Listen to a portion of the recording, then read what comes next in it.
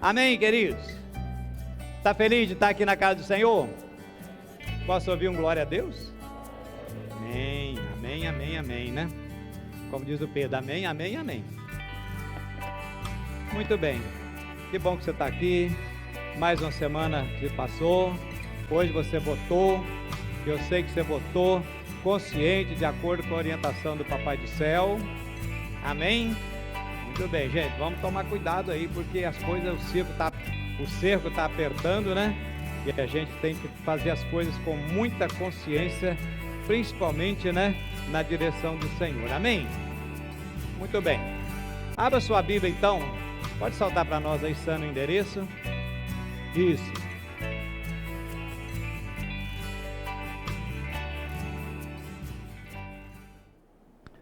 Amém? Você chegou lá? Nossa, vocês estão fera para abrir a Bíblia, hein? Então vamos lá. Apocalipse 3,16. Assim porque és o quê? Que és o quê? Morno. E não és frio nem quente. O que acontece? Vomitar-te-ei da minha boca. Assim porque és morno, e não és frio e nem quente, vomitar-te-ei da minha boca. Querido, eu quero falar com você então hoje sobre um tema muito importante. Pode botar aí, Sânio. Fala para mim. Mornidão espiritual. Eita. Eu ainda botei ali um alertazinho. O que está escrito lá? É risco de morte. Melhor se afastar dessa mornidão espiritual. Quem foi que escreveu essas palavras? Não, faz de conta que eu não falei nada. Apaga tudo. Quem foi que escreveu, gente? João, meu filho, minha filha, pelo amor de Deus.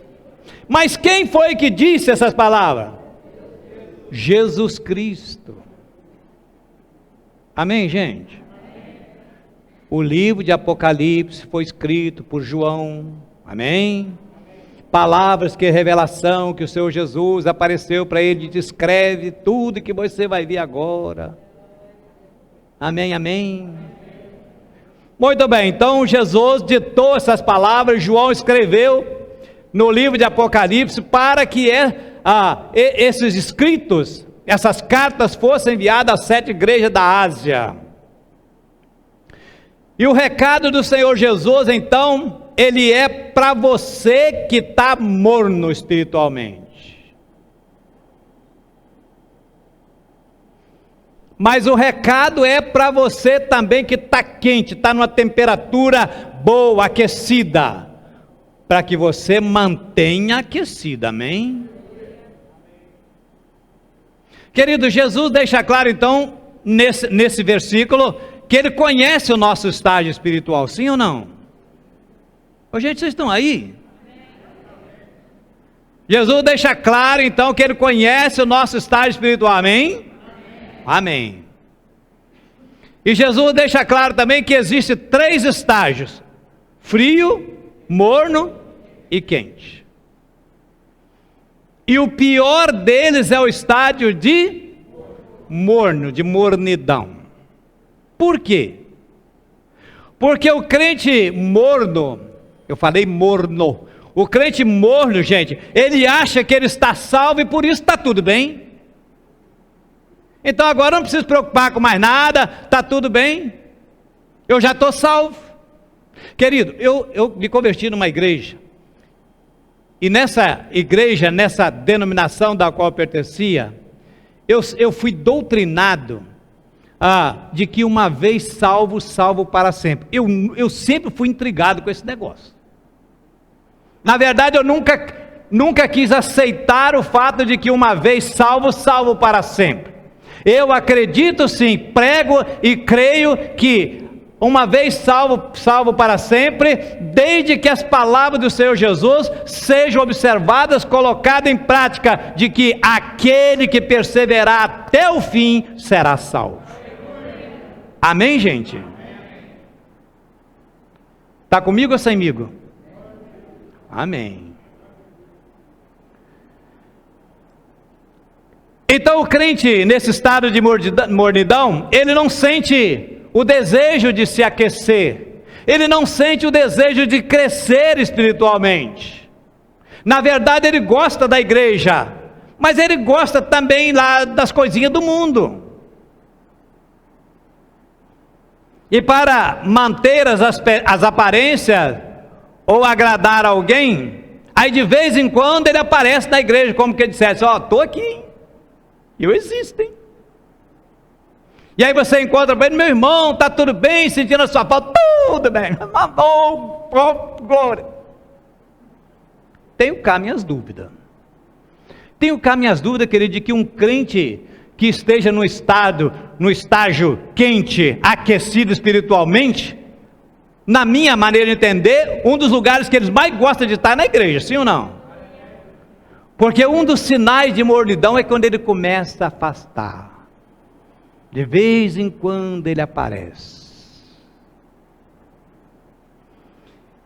Quando alguém está nesse estado de mornidão espiritual, querido, tudo para ele é indiferente.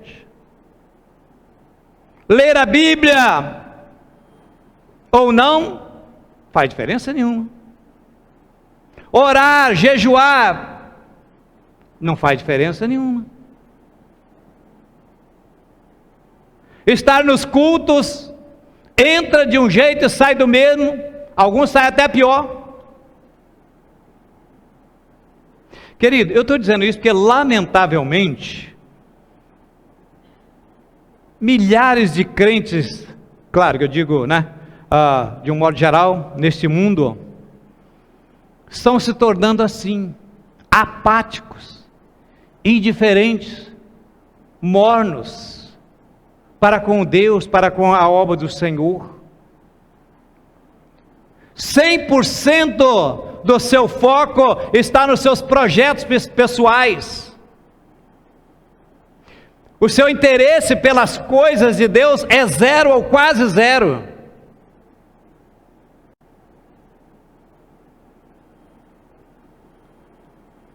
Mas para essas pessoas que são mornas espiritualmente, elas têm uma característica muito marcante, querido, que é o egoísmo.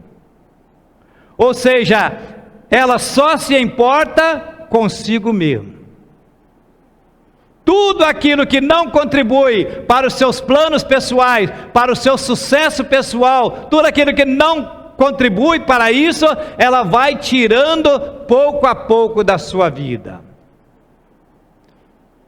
E sendo a vida com Deus, a vida cristã, onde o egoísmo não cabe, ela então acaba caindo nesse estado de mornidão espiritual.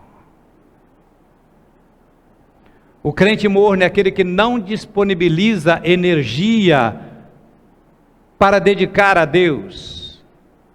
Ou melhor, ele não deseja gastar energia com Deus e com a sua obra.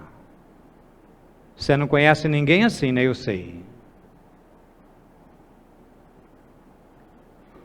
E dessa forma, no seu estado de mornidão, no seu estado de egoísmo, nunca vai sobrar tempo para Deus. Nunca vai sobrar tempo para servir a igreja do Senhor. E muitos, querido, o que é pior, com o tempo, esse estado vai avançando tanto que eles acabam abandonando totalmente Deus e a sua obra. Mas antes delas tomarem essa decisão de chegar a esse ponto, elas passam pelo período de manter as aparências. Se portam como religiosos, mantêm uma vida de aparência, e para ficar bem com os outros, então, e com a sua própria consciência, como eu falei, de vez em quando elas separam um domingo à noite para aparecer na igreja. Acontece, querido, que essa falsidade não se mantém por muito tempo, porque você pode enganar a todos, mas a Deus você não engana, porque Deus não vê só a aparência, Deus vê inclusive o interior.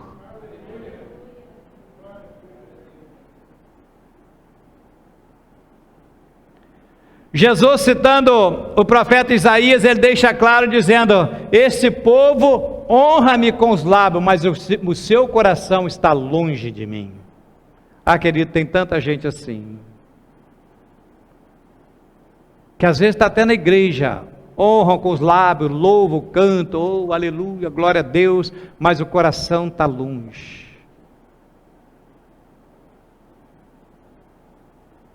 É o crente bacalhau, ele está aqui, mas a cabeça está lá na Noruega. As práticas espirituais como ler a Bíblia, orar, jejuar, servir as pessoas, servir a igreja, essas coisas não têm a menor importância na vida daqueles que estão nesse estado de mornidão espiritual.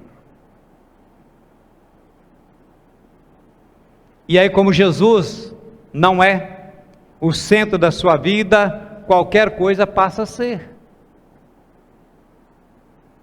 As coisas que fazem parte da vida de um cristão normal, digamos assim, saudável, como frequentar regularmente os cultos, ler a Bíblia, estudar a Bíblia, participar da escola bíblica dominical, oração, jejum, testemunho pessoal, para esse tipo de gente só acontece se der tempo, se eu puder, se sobrar tempo, se for possível. Ele é assim: vai na igreja hoje? Se der eu vou, mas no fundo ele já sabe que não vai mesmo. Vamos fazer uma visita? Eu vou ver, se for possível, mas ele já sabe que o possível para ele não vai ser mesmo.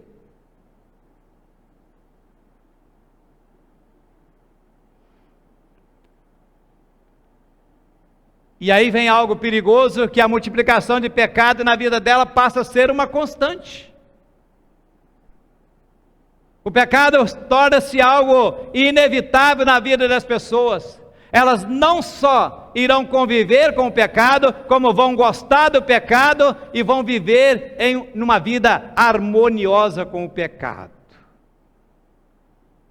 Mas o profeta Isaías nos ensinou que as nossas iniquidades fazem separação entre nós e o nosso Deus, e que os nossos pecados encobrem o seu rosto para que não nos veja.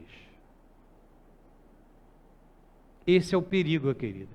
Por isso que eu coloquei ali embaixo: cuidado, risco de morte. Então veja bem, esse estágio de apatia espiritual, de mornidão espiritual, ele não aparece de um dia para o outro. Não. Não é o estágio frio que passa para morno, é o estágio quente que passa para morno. Por exemplo, você coloca uma vasilha com água fria, ela vai continuar fria. Mas você coloca uma vasilha de água quente, deixa passar um tempo, o que vai acontecer? Ela vai ficar morna. Onde é que eu quero chegar? O crente que está num estágio de temperatura boa, digamos assim, no sentido espiritual, ele tem que tomar cuidado, ele tem que preservar, porque senão ele acaba ficando morno. Basta que ele comece a se envolver com as coisas do mundo, basta que ele comece a abandonar a igreja, basta que ele comece a relaxar com a sua vida espiritual, basta que ele comece a deixar o desânimo tomar tempo na sua vida, a preguiça, e já já ele está um crente morno. E parece que o diabo tem um ventilador gigante para poder soprar na vida do crente quente, para ver se ele esfria.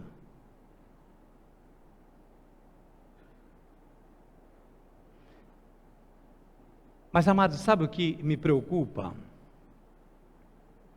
É que Jesus disse que um dos sinais mais evidentes da sua vinda seria exatamente esse: por se multiplicar a iniquidade, o amor de muitos esfriará. E Jesus não estava dizendo isso para o mundo. Jesus estava dizendo isso para os discípulos, para os seus seguidores, que se reuniram e o ouviam a proferir os seus sermões, e ele declara isso. Então, querido, hoje a apatia que você está vendo por parte da igreja, por parte de muitos cristãos, querido, é um dos sinais mais evidentes que Jesus está voltando. E ele chega a declarar dizendo o seguinte: porventura quando o Filho do Homem vier, será que ele ainda vai achar fé nessa terra?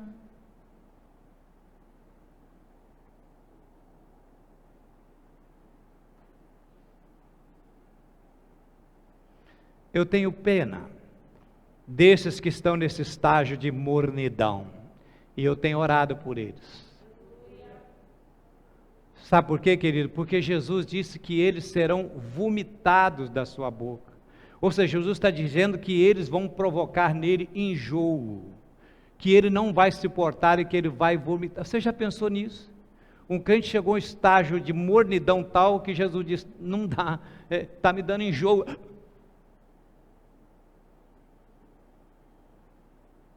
Já bebeu água morna? Já sabe, né? Quem sabe que água morna provoca enjoo? Inclusive é uma recomendação. Quem sabe disso, com toda seriedade? Alguém sabe? Sabe? Isso é desde que eu era pequenininho. Não faz assim tantos anos, mas minha mãe falava isso. Mas sabe que o negócio está enjoado? Bebe uma aguinha morna para botar isso para fora. Quem já ouviu isso, gente? Sinceramente. Amém? Jesus está dizendo: olha, porque você é morno, eu vou, ó.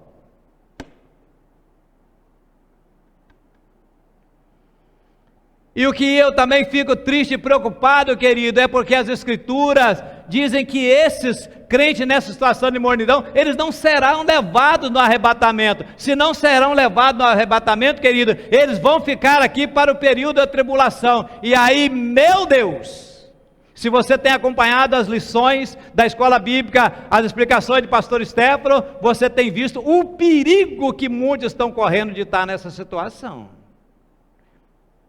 E Jesus diz assim: tomem cuidado, orem, para que vocês possam tomar parte na primeira ressurreição, porque depois...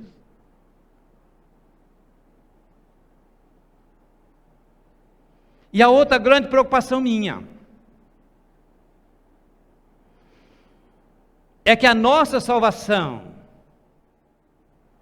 a nossa liberdade religiosa, que hoje nós temos, graças a Deus, falamos a respeito dos países que não podem ter essa liberdade que eu e você temos de estar adorando o Senhor, a garantia da nossa vitória, querido, ela custou um preço tão alto, para ser assim tão desprezada, e tratada com tanto desdém.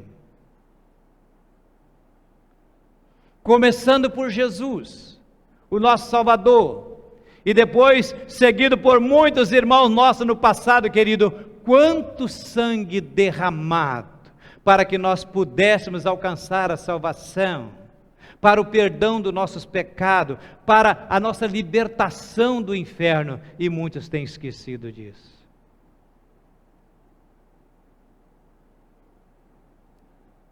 Hoje a maioria das pessoas querem um evangelho light, que vá de encontro aos seus interesses. Um evangelho que não exige nada, que não me cobrem nada, que não me peçam nada. Pessoas que querem ouvir apenas o que agrada ao seu coração, o que soa bem aos seus ouvidos, e não aquilo que Deus quer que elas ouçam. E alguns chegam a dizer assim: eu não preciso de igreja. Querido, eu já falei isso aqui, volto a repetir: se você não precisa de igreja, você não precisa de Jesus. Porque a Bíblia diz que a igreja, Jesus é o cabeça da igreja. Como é que você pode querer a cabeça, mas não quer o corpo? É possível isso?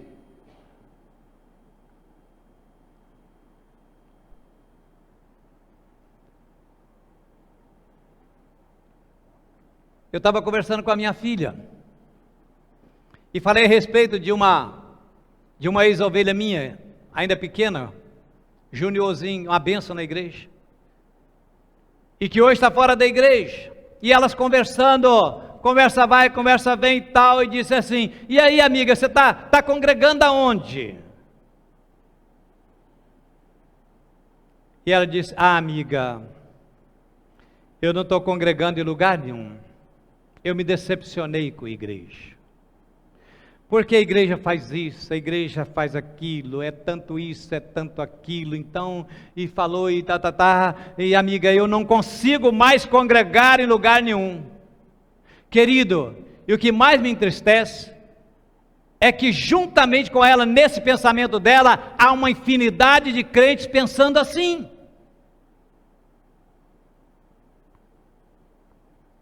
E eu pergunto, onde está escrito na Bíblia que a igreja seria perfeita? Onde está escrito na Bíblia que a igreja seria uma organização perfeita? Jesus disse isso? Os discípulos disseram isso? Os profetas falaram isso? Os apóstolos falaram isso? Não. Pelo contrário, Jesus disse, olha, amem-se uns aos outros, perdoem uns aos outros. Paulo disse, suportem uns aos outros. Ou seja, se ele está falando, amem uns aos outros, perdoem uns aos outros, suporte, significa que todos nós somos passivos de erro, que não somos perfeitos.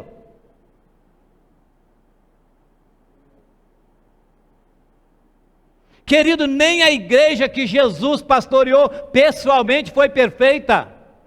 Tinha ladrão, tinha avarentos, tinha soberbo, tinha incrédulo, tinha interesseiros, sim ou não?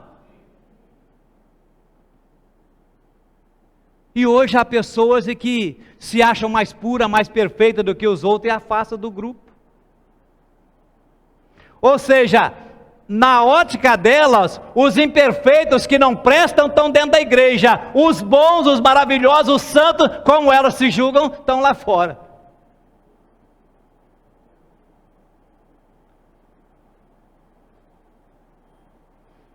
Interessante. Elas às vezes se aborrecem, elas às vezes se aborrecem com o patrão, se aborrecem lá no seu trabalho, na sua repartição, mas não pede conta, não sai do emprego. O time delas perdem, cai para a segunda divisão, perdeu o campeonato, não ganha de ninguém, mas elas estão ali, não larga de jeito nenhum. Uma vez Flamengo até morrer. Mas a igreja...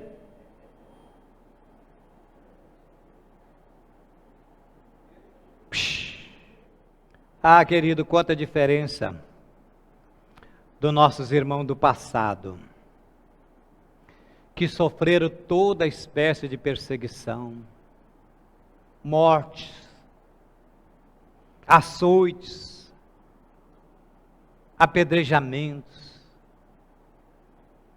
mas nada os afastavam da fé em Cristo Jesus e da igreja. Só para citar um deles que você conhece tão bem quanto eu, Paulo. 2 Coríntios 11, se você não quiser ir lá, você ouça que eu vou ler. 2 Coríntios 11, a partir do verso 23. Paulo respondendo a algumas críticas que lhe foram feitas, ele disse assim, são ministros de Cristo, eu ainda mais, em trabalho, muito mais, em açoite, mais do que todos eles, em prisões, muito mais, em perigo de morte, muitas vezes. Eu recebi dos judeus 5 quarentenas de açoite menos um. Esse quarentena de açoite menos um, querido, é porque a sentença imposta era 40 açoites. Se fosse condenado ao açoite, era 40 açoites. Como eles tinham, e não podiam ultrapassar, como eles tinham medo de errar, eles chegavam no 39, eles paravam, com medo de ter errado a contagem. Então Paulo disse, eu recebi 5 quarentenas de açoite menos um, 3 vezes fui açoitado com vara, uma vez eu fui apedrejado, 3 vezes eu sofri naufrágio, uma noite e um dia eu passei no abismo, em viagem, muitas vezes em perigo de rios, em perigo de salteadores, em perigo dos da minha nação, em perigo dos gentios, em perigo na cidade, perigo no deserto, perigo no mar, perigo entre os falsos irmãos. Ele já está falando aí também, já tinha naquela época também. Entre trabalho e fadiga, em vigília muitas vezes, com fome e sede, jejum muitas vezes, em frio e nudez, além das coisas exteriores, me oprime cada dia o cuidado de todas as igrejas. Você pensa que a igreja não dá trabalho não para cuidar, gente? Quem enfraquece que eu também não enfraqueça? Quem se escandaliza que eu também não me abrase? Se convém gloriar-me, gloriar-me-ei no que diz respeito à minha fraqueza. E Deus, o Pai de nosso Senhor Jesus Cristo, que é eternamente bendito, sabe que eu não minto. Em Damasco, o que governava sobre o rei Aretas, pôs guarda na porta da cidade dos Damascenos para me prender. E eu fui descido num cesto por uma janela da muralha, e assim escapei das suas mãos. Querido, isso tudo Paulo passou, não só Paulo, mas todos os nossos irmãos do passado, querido. Ou seja, a perseguição tem acompanhado a história da igreja, tanto por forças de fora, como dentro da própria igreja. A perseguição nunca se afastou da igreja. Ser perseguido, querido, parece que é uma marca registrada, ou seja, faz parte normal na vida da igreja. Mas a Bíblia afirma, aleluia, que quanto mais ela era perseguida, mais ela crescia. Aleluia. Mas ao mesmo tempo que isso nos alegra, querido, hoje nos entristece. Porque hoje, se o membro da igreja começa a ser perseguido ou passar por alguma dificuldade, a primeira coisa que ele faz é abandonar a igreja. Primeira coisa.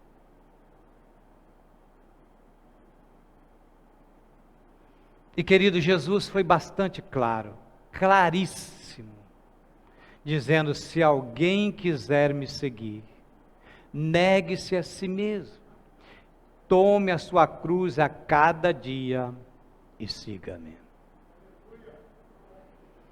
Nunca se houve garantia na palavra de Deus de que seguir a Cristo seria mar de rosas, que você caminharia por tapetes de pétalas de rosa. Mas a cruz às vezes pesa, a cruz às vezes machuca, a cruz às vezes traz vergonha, escárnio.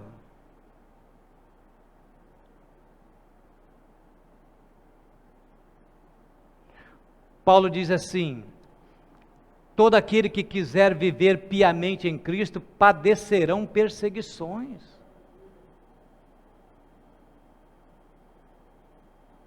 Ele mesmo diz: importa que por muitas dores e aflições entremos no reino do céu. Sempre foi. No ano 64 depois de Cristo, na era cristã, começando por Nero, querido, e seguido pelos demais imperadores romanos, a perseguição foi implacável com aqueles que professavam a sua fé em Cristo. As formas de execução utilizadas pelos romanos eram horríveis. Tudo aquilo que havia de mais cruel em termos de castigo era aplicado. Isso incluía desde a crucificação, lançamento dos cristãos nas arenas para serem devorados pelos leões e por outras feras selvagens. Eram torturados, queimados vivos. Como falei, eram jogados na arena para servir de espetáculo. O povo ficava ao redor aplaudindo, vendo os leões despedaçando nossos irmãos, queridos.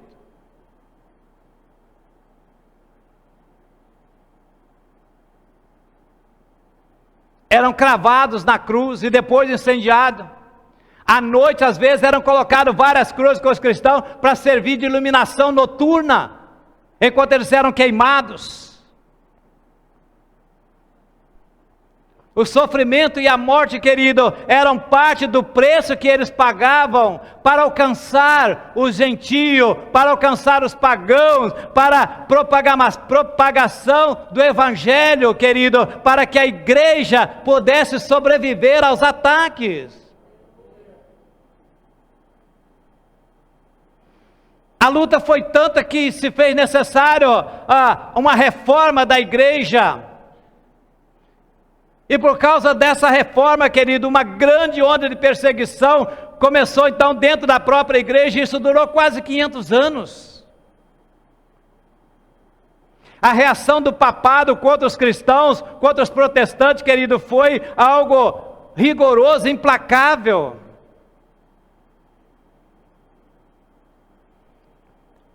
No século XVI, a reforma de Lutero começou então um movimento de renovação espiritual, e aí volta a perseguição, e o martírio era o preço que eles tinham que pagar pelo seu compromisso espiritual. 40 anos após Lutero ter colocado as suas 95 teses na porta da igreja de Wittenberg, John Foxe, um historiador, publicou um livro chamado O Livro dos Mártires, e ali ele documenta tudo que havia de perseguição, tudo que eles sofreram, quantos deles morreram por causa da crença ao longo dos anos, como pagamento para que este evangelho pudesse chegar até a mim e a você, querido.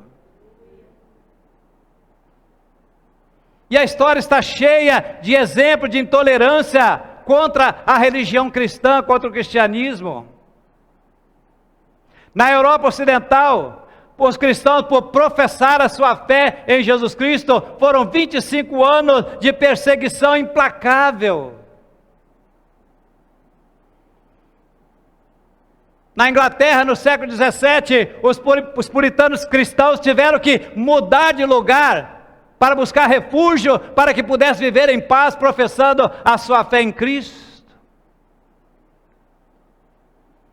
Na França, no dia 23 na noite de 23 e 24 de agosto de 1572, quase 30 mil cristãos foram sacrificados, foram mortos, na fatídica noite chamada a Noite de São Bartolomeu. Agora não, pelo amor de Deus, em casa você põe lá no Google, Noite de São Bartolomeu, e você, por favor, veja lá. Agora não. Durante mais de 300 anos, os cristãos reformados sofreram violenta perseguição. E querido, até hoje, nos países dos países tidos como países comunistas, como China, Coreia do Norte, Vietnã, Cuba, os cristãos têm sofrido discriminação, tortura, violência, prisão e até assassinato por professar a sua fé em Cristo. Eu não sei como é que ainda tem crente que vota em partido comunista. Estão querendo isso para você, é?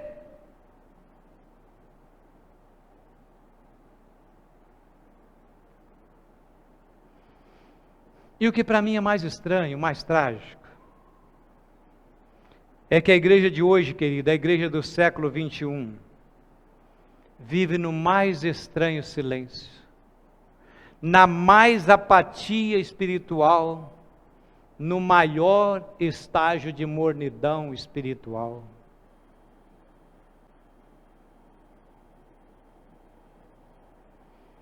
E às vezes eu me pergunto, por quê? Por que esse silêncio? Como explicar essa apatia por parte da igreja? Você entende quando eu falo igreja, estou falando dos crentes. Por que esta despreocupação por parte, evidentemente, nem todos da igreja? E é claro que eu encontro algumas respostas, mas eu vou dar duas. Em primeiro lugar, a simpatia, isso mesmo que você ouviu, a simpatia de muitos crentes pelo que é mundano, pelo que é profano.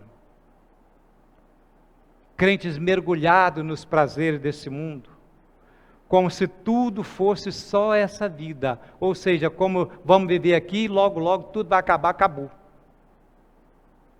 Querido, a Bíblia nos adverte, através do apóstolo Paulo, se vivemos somente para esta vida, somos os mais miseráveis de todas as pessoas. E em segundo lugar, é que muitos veem Deus hoje como algo utilitário, como algo descartável. São os adeptos da famosa teologia da prosperidade. As pessoas que estão procurando Deus, mas não pelo que Ele é, não pelo que Ele fez, não pelo que está fazendo, nem pelo que irá fazer, mas pelo que Ele pode dar.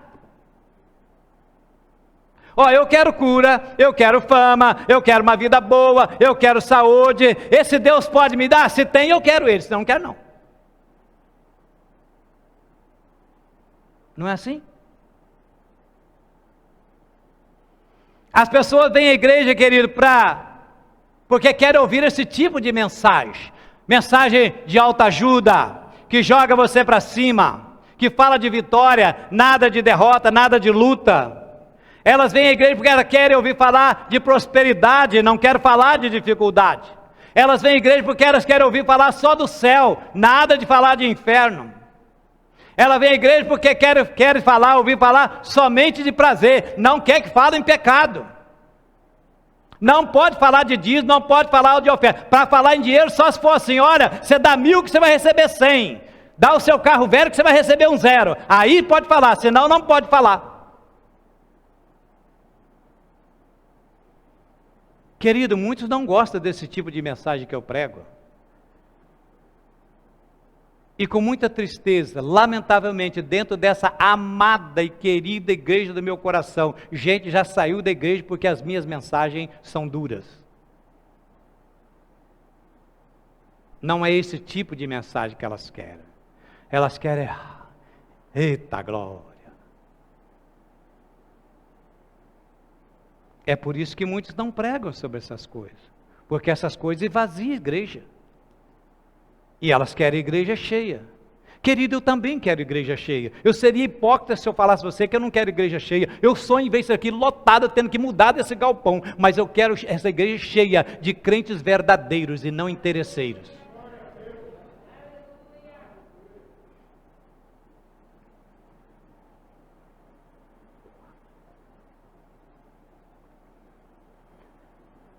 É muito triste. Por tudo isso que eu falei a respeito dos nossos irmãos. Ver crente abandonando a sua fé, a igreja, por qualquer coisinha. Eu tenho estado de joelho por essas pessoas. Eu tenho clamado: Senhor, traz de volta esse povo. Reacende a chama desse povo, Senhor. Como eu disse, queridos, nossos irmãos do passado pagaram um preço tão alto para que eu e você pudéssemos ser livres. Tanto sangue derramado. Tertuliano disse que o sangue dos mártires é a semente da igreja. Aleluia. E eu acho que, por tudo isso, os nossos irmãos do passado deveriam ser honrados. Amém? Fique em pé, deixa eu abençoar a sua vida.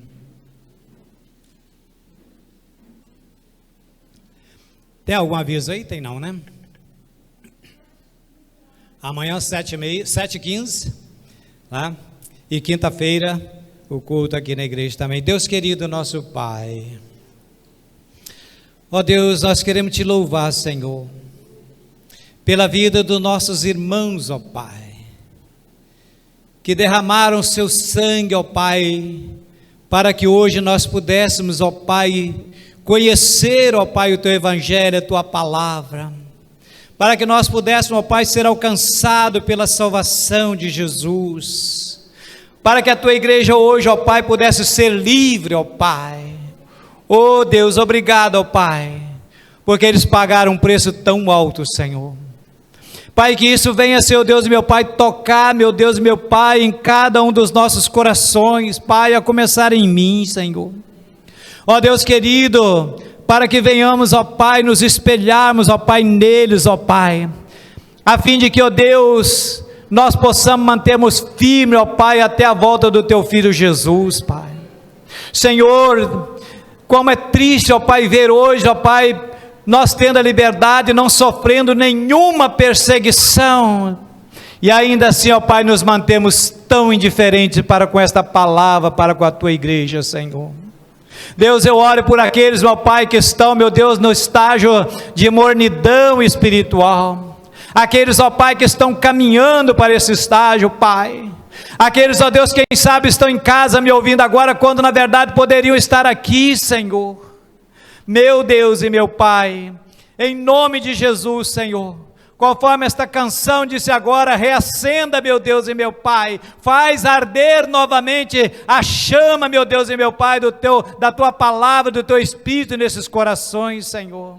Deus, em nome de Jesus, ó Pai, não permita, meu Deus e meu Pai, que eles comecem, meu Deus, a caminhar, Pai, para a morte espiritual, Senhor. Deus querido, aviva a tua igreja, Pai, aviva o teu povo, meu Deus, espalhado na face da terra, Senhor. Deus, em nome de Jesus, Pai, e aqueles, ó Pai, que têm se mantido avivados, esperançosos, Pai, perseverantes, que não têm olhado para as dificuldades, para os problemas, ó Pai, que o Senhor, o teu santo e poderoso Espírito, ó Pai, a tua mão forte e poderosa, os segure, ó Deus, e os mantenha firme, ó Pai, nesta jornada, Senhor. Oh Deus, meu Pai, aviva, meu Deus, a tua igreja, Senhor. Oh Deus, em nome de Jesus, Pai, de uma maneira muito particular e especial, eu oro pela Igreja Batista Nova Aliança. Senhor, meu Deus e meu Pai, de A a Z, Pai, nos membros dessa igreja eu clamo, Senhor, reacende essa chama, Pai, reaviva o teu povo, Senhor. Pai, em nome de Jesus, Senhor, meu Deus e meu Pai, que a tua palavra desta noite, ó Pai, única e exclusivamente dirigida pelo Espírito do Senhor, ó Pai, possa, meu Deus e meu Pai, encontrar guarida, Senhor Deus, em cada um coração, meu Pai, e possa, meu Deus e meu Pai, trazê-los, ó Pai, a uma consciência, Senhor Deus e meu Pai, a um renovo espiritual, meu Deus, a um aquecimento espiritual, Senhor, em nome de Jesus, ó Pai, em nome de Jesus, Senhor. Pai, aqueles, ó Deus, que passado esse período da pandemia, Senhor, continua ainda, meu Deus e meu Pai, mornos, seu Deus e meu Pai. Deus, é verdade que muitos, ó Pai, nós até aconselhamos a não estar aqui, Senhor, meu Deus, mas que o Senhor possa estar assistindo, ó Pai, e abençoando como o Senhor tem abençoado até agora, Pai. Eu te louvo, Pai, em nome de Jesus. Recebe o meu louvor, a minha adoração e a minha gratidão, porque nenhum membro ativo dessa igreja até hoje foi contaminado pelo Covid-19. Aleluia, Senhor, aleluia teu nome, Senhor, e eu creio, Pai, que nenhum deles serão afetados, ó Pai, porque o Senhor é poderoso, ó Pai, para nos blindar contra toda a enfermidade do inferno que se levantar contra nós. Obrigado, meu Deus, obrigado pela tua palavra, Senhor. Despede-nos agora, Pai, deste lugar, não da tua presença jamais, que a tua mão abençoadora, a tua presença santa permaneça conosco, leva-nos de volta aos nossos lares, dá-nos, ó Pai, uma noite de sono reparador, de descanso, dá-nos uma semana abençoada, Pai, e que a graça salvadora do teu Filho, o teu amor incomensurável, meu Pai, as consolações, ó Pai, do teu Espírito, seja com todos nós, com toda a tua igreja na face da terra, hoje e para todos sempre. Amém, amém, amém. Deus os abençoe. Dá umas cotoveladas aí antes de você ir embora.